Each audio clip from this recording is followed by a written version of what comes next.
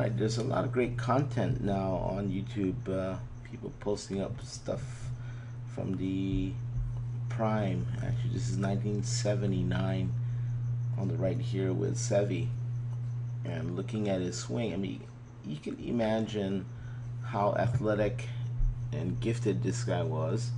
And yeah, I mean, he starts looking like, Jamie Sedlowski at the top of the backswing there. And then he just really rips at it.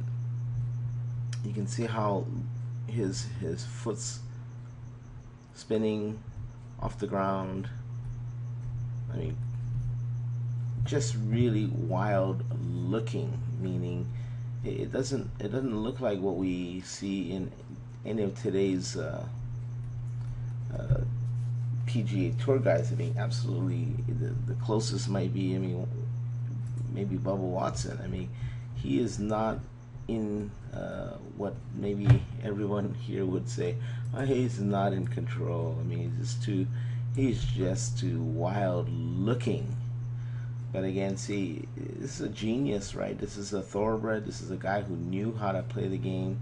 I mean,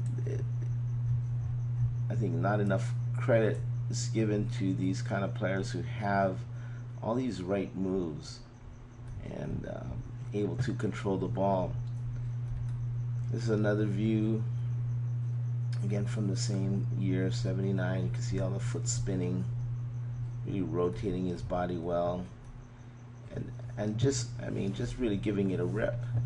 So, okay, so another swing that I found was from 1986, and you can see some. Let me get it more in the center here. You can see someone has done something to this swing already, right?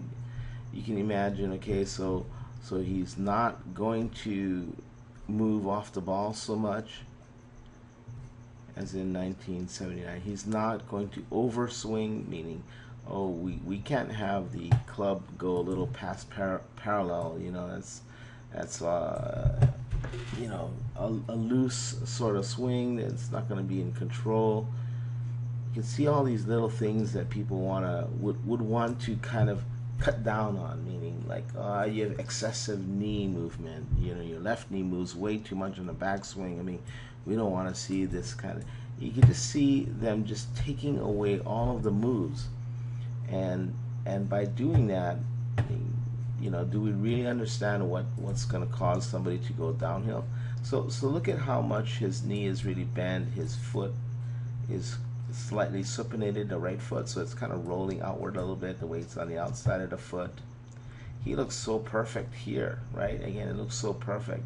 But then you see what happens on the downswing is he looks so planted and flat, right? He may roll the foot later on after impact, but way after impact. So something's got to give, right? He's got to have a more reduced movement coming through.